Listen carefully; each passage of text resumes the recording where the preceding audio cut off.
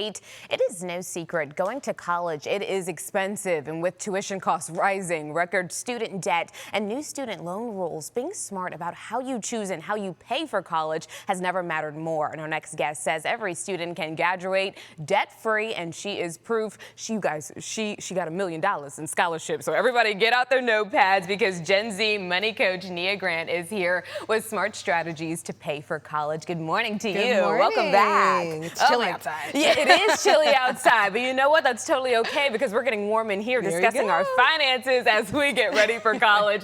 It all starts with choosing the right college first and foremost. So what should students and parents consider financially, academically, lifestyle-wise, culture-wise when it comes to picking that next step? Oh, well, first off, you have to go where the money goes. Yes. Okay, say it again. See who gets the best offer, and then you can always negotiate your offers against each other and make sure you're applying to scholarships so that really widens your access to where you can go, and then visit the campus because how you feel on campus versus what you see online could be two very Totally different things. Yes. And you want to make sure that you like the atmosphere, the people, because you're going to be there for 4 years. Yes, absolutely. Okay, so let's talk about smart strategies to pay for said college once you pick one. What are some of the benefits of starting at a community college and then going to a 4-year college? Well, the biggest one is it cuts your cost in half, okay? So you want to be able to go to college for the least cost possible because I promise you, student debt, it's not fun. It's not fun, especially when you get your first paycheck and half of it's going towards student loans. That's so true. true. If you can go to community college or even some type of technical certificate or online program, that can really help to reduce your cost at a 4-year university. And you know what? I like that it's being normalized because I think a lot of the times people hear junior college or community college and they think, okay, well, I don't want to do that or I don't want to go that right. But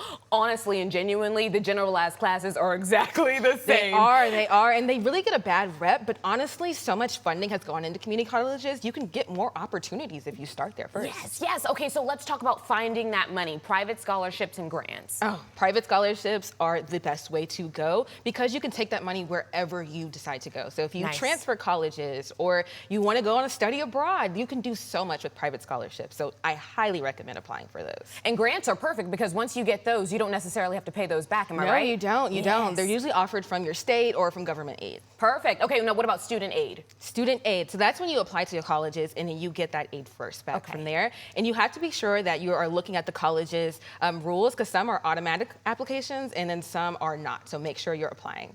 Okay, so what are we thinking? What are some tips that we can give our students now? Because this can be very overwhelming when you're hearing it all at once. So what is one step we can take right now, maybe even today, to help our student prepare for college in the fall? Right now, what you can do is literally start applying to scholarships today. There are scholarships that are open right now with January deadlines. Go to JLV College Counseling. It's a great website to start off with and start looking for scholarships. Okay, and you say you have a 90-day action plan. What does that look like? I do. So for those high school seniors, I know it's a lot going on right now. It is. If you had to start from anywhere, first apply to that scholarship. Second, visit the campus and reach out to current students, current alumni. They would love to tell you about their experience. So make sure you're doing that. And then also just breathe, relax. It's a lot going on, but try and start somewhere and then add on top of that. Change is hard, but you know what? I like what you said in the fact of use those interview skills or even those skills that we use in our jobs, us adults, right? Because usually when we're applying for some type of job, we usually contact somebody who's already there and say,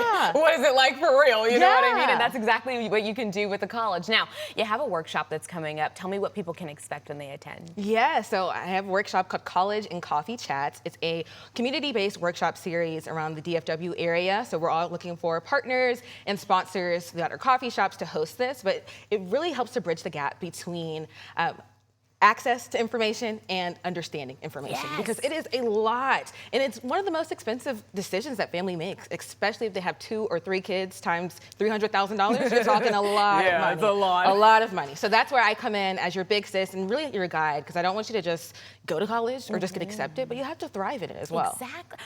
Okay, girl. I like this. Be on top of it. Very good. Okay, if we have more questions, we want tips, we want tricks, we want to know how to attend this coffee shop workshop. Tell me a little bit about where we can find you. So you can find me at Nia Knows Finance on all social media platforms, and you can actually get tickets to go to the workshop on Eventbrite.